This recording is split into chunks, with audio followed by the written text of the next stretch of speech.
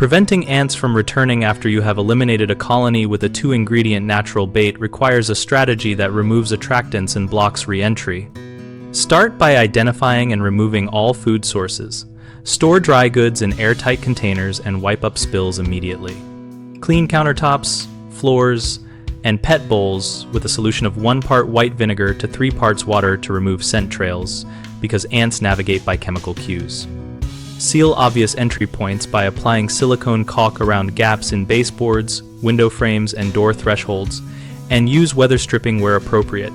For larger gaps, stuff with copper mesh before sealing. Maintain a dry environment since many ant species seek moisture, so fix leaky pipes, run bathroom fans, and use a dehumidifier in basements or crawl spaces if needed.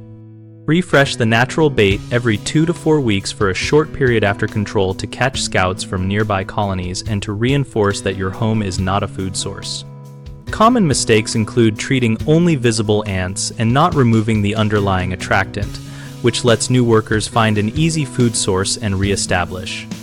Make sure to eliminate crumbs, pet food left out overnight, and uncovered compost to remove that attractant.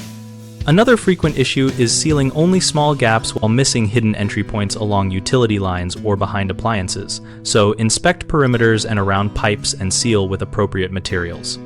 Third, people stop monitoring after the first success.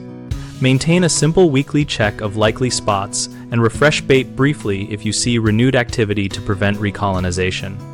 BigHomeProjects.com connects homeowners with local contractors and provides a space where we and our community share real experience on pest prevention and home maintenance.